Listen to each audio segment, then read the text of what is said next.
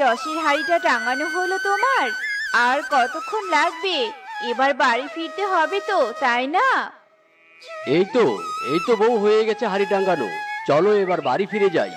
এ কথা বলে হরিশ খেজুর গাছে রসের জন্য হাঁড়ি টাঙিয়ে গাছ থেকে নেমে আসে আর তার বউ মালতী সহ বাড়িতে চলে যায়।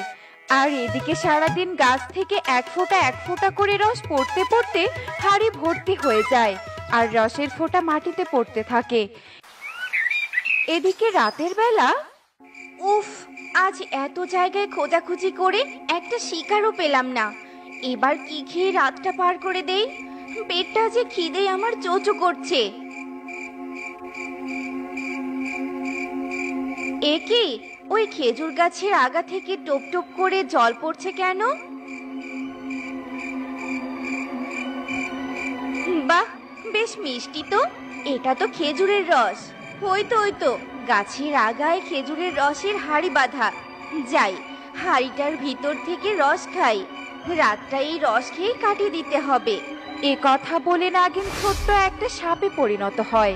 তারপর খেজুর গাছ বেয়ে সেই ছোট্ট সাপ হাঁড়ির কাছে পৌঁছে যায় আর হাঁড়ি থেকে প্রাণ ভরে রস খেতে থাকে। রস খাওয়ার সময় সাপের মুখ থেকে বিষ সেই হাঁড়িতে মিশে যায়। এরপর পেটটা একদম ভরে গেছে। যাক, এবার গুহায় ফিরে গিয়ে নিশ্চিন্ত মনে একটা ঘুম দেই। কি কোথা থেকে এমন বিনের শব্দ ভেসে আসছে? কে বাজাচ্ছে এই বিন? থামাও থামাও, আমার যে বড্ড কষ্ট হচ্ছে, থামাও। নাগিন যখন বিনের শব্দে যন্ত্রণায় ছটফট করছিল, ঠিক তখনই সেখানে বিন বাজাতে বাজাতে এক সাপুরিয়া আসে আর সাপুরিয়া নাগিনকে সামনে পেয়ে বলে, এই তো নাগিন, অনেক কষ্টের পর তোর নাগাল পেয়েছি। এবার তোকে আমি বন্দি করে নিয়ে যাব আর আমার স্বার্থ হাসিল করব। খবরদার খবরদার দুষ্ট সাপুরিয়া, আমার কাছে আসবি না। তোর আমাকে কি দরকার বল? কেন আমাকে কষ্ট দেওয়ার জন্য বিন বাজাচ্ছিস? তোকে আগুনে পুড়িয়ে তোর ঝলসানো মাংস দিয়ে ঔষধ বানাবো, তারপর মানুষকে বোকা বানিয়ে চড়া দামে বিক্রি করব। শয়তান সাপুরে, তোর মনে এত লোভ! একদম আমার কাছে আসার চেষ্টা করবি না। আমার বিষ ছুঁড়ে তোর পুরো শরীর ঝলসে দিব। বিষ ছুড়বি তুই? ঠিক আছে, দেখ তোর আমি কি হাল করি। এ কথা বলে সাপুরিয়া আবার বিন বাজানো শুরু করে আর সেই বিনের শব্দ নাগিন সহ্য করতে না পেরে সেখানেই অজ্ঞান হয়ে যায়। আমাকে নাকি বিষ ছুড়বে?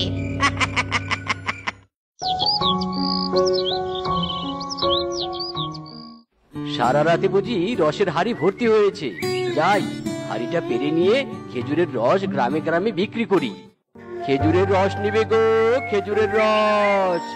এক হাড়ি খেজুরের রস মাত্র 100 টাকা। খেজুরের রস নেবে গো, খেজুরের রস। হরিশ যখন নদীর পাড় দিয়ে খেজুরের রসের হাড়ি মাথায় নিয়ে চিৎকার করতে করতে যাচ্ছিল, ঠিক তখনই নদীর জলের নিচে জলপরি আর তার ছোট্ট ছানা জলকন্যা সেই চিৎকার শুনে। আর জলকন্যা তার মা জলপরীকে বলে, মা মা, দেখো দেখো, নদীর উপর থেকে কে যেন খেজুরের রস বলে চিৎকার করছে। খেজুরের রস কি মা? খেজুরের রস হলো খেজুর গাছের নির্যাসিত রস। এই রস মানুষেরা খায়। খেজুরের রস খেতে বড়ই মিষ্টি। ও মা, আমিও খেজুরের রস খাবো। নিয়ে দাও আমাকে খেজুরের রস, নিয়ে দাও মা। খেজুরের রস খাবি? আচ্ছা চল, তবে তোকে নিয়ে দিচ্ছি।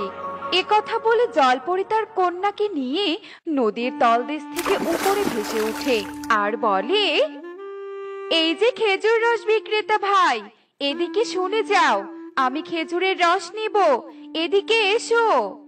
এ কি জলপুরি যে, বলো বলো, আমাকে কেন ডেকেছো?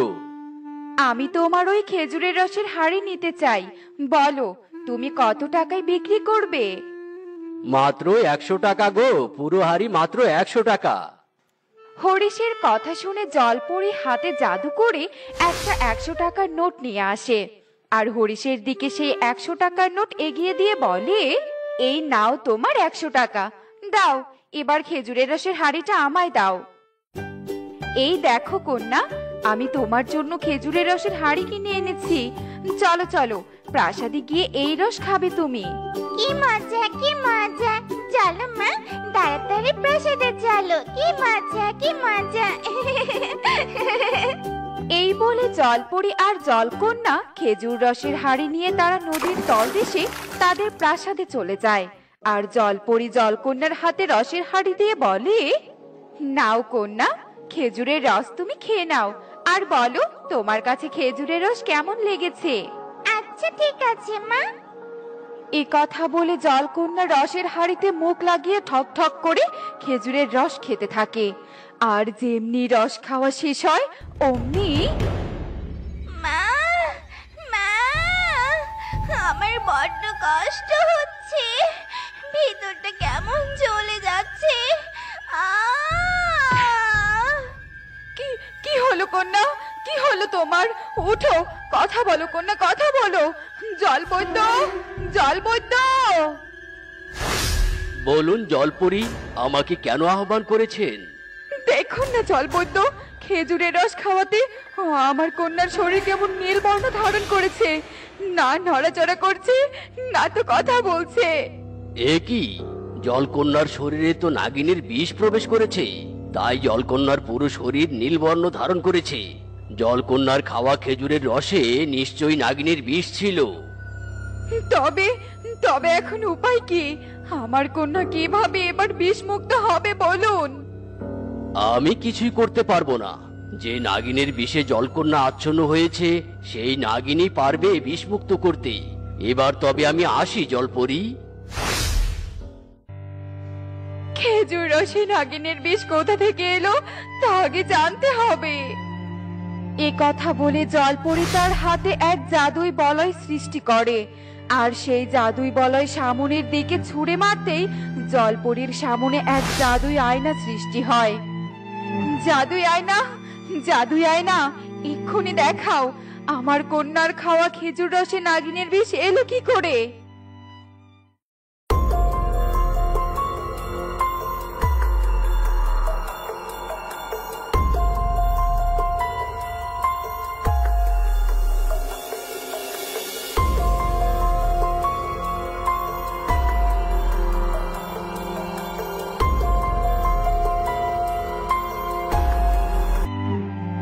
বুঝতে পেরেছি, এখানে কারো কোনো দোষ নেই, যা ঘটেছে সব অজান্তেই ঘটেছে।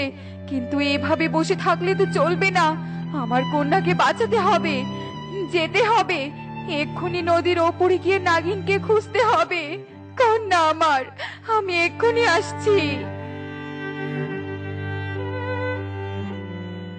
এ কথা বলে জলপরি নদীর উপরে ভেসে ওঠে আর একটা মানুষের রূপ ধারণ করে নদী থেকে উঠে বনের মধ্যে চলতে থাকে। এক্ষুনি আমাকে নাগিনের গুহায় যেতে হবে, নাগিনকে সব খুলে বলে তার সাহায্য নিতে হবে। নাগিন, নাগিন, তুমি গুহার মধ্যে আছো? বেরিয়ে এসো নাগিন, নাগিন। কে তুমি গো? এভাবে নাগিনকে ডাকছো কেন? নাগিন তো কাল রাত থেকে আর গুহায় ফেরেনি। গুহায় ফিরেনি মানে? নাগিনকে যে আমার বড্ড প্রয়োজন। টুনি, তুমি কি জানো নাগিন কোথায়? না না, আমি জানি না। তোমার নাগিনকে প্রয়োজন হলে তুমি তাকে খুঁজে নাও, আমি চললাম। এই কথা বলে টুনি উড়ে চলে যায়। আর গুহায় নাগিনকে না পেয়ে মানুষরূপী জলপরি ভীষণ চিন্তিত হয়ে যায় আর বলে, না না, নাগিনের খোঁজ যে আমাকে পেতেই হবে। কোথায় খুঁজি, কোথায় খুঁজি তাকে? এ কথা বলে জলপরি বনের এদিক সেদিক ছুটতে থাকে। আর কিছুক্ষণ পরে হঠাৎ করে জলপরি একটা করুণ চিৎকার শুনতে পায়। ছেড়ে দে, ছেড়ে দে সাপুরিয়া, আমাকে ছেড়ে দে। এসব তুই কি করছিস? তোর ভালো হবে না বলছি, তোর কিছুতেই ভালো হবে না। এখনো তো দেখছি তোর তেজ কমেনি। দাঁড়া, এবার তোর তেজ আমি কমাচ্ছি। এ কথা বলে যজ্ঞের আগুন থেকে সাপুরিয়া তার হাতে থাকা মশালে আগুন ধরিয়ে নেয় আর সেই মশাল ছুঁড়ে মারে নাগিনের কাছে শুকনো কাঠের দিকে।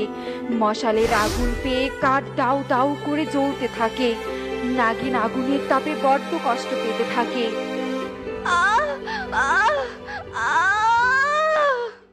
আগুন আগুন আগুন! মানুষরূপী জলপরি সেখানে আসার সাথে সাথে জাদু করে তার হাত থেকে জলের স্রোত বের করে আর সেই জলের স্রোত ঠেলে দেয় জ্বলন্ত আগুনের ওপর। সাথে সাথে আগুন নিভে যায়। এদিকে সাপুরিয়া ভীষণ রেগে যায়। তুই কে? কোন সাহসে আগুন নিভিয়ে দিলি? ছাড়বো না, ছাড়বো না তোকে, আমি ছাড়বো না। আমার কাজে বাধা দিস, তোকেও আগুনে পুড়িয়ে মারবো আমি। যত বড় মুখ নয় তত বড় কথা। আমাকে আগুনে পুড়ে মারবে? দেখ কে কাকে পুড়ে মারে।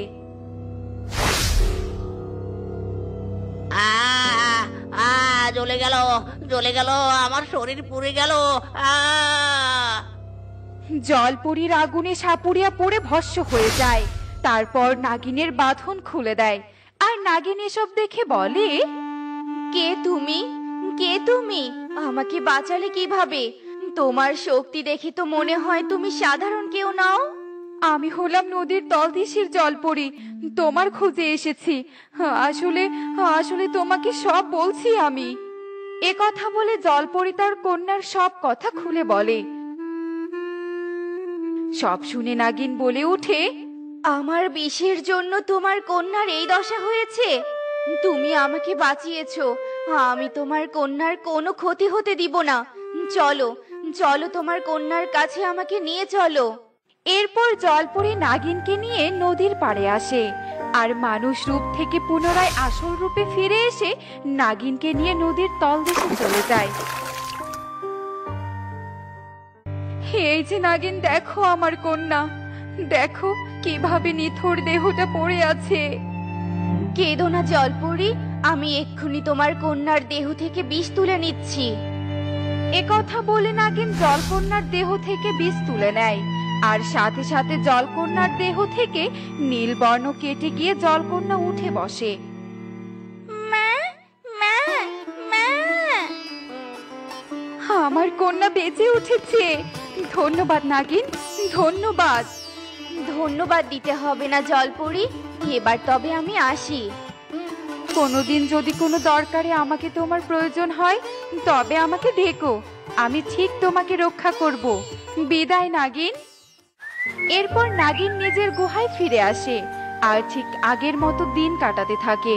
অন্যদিকে জলপরিও তার ছোট্ট জলকন্যাকে নিয়ে ভালোভাবে দিন পার করতে থাকে।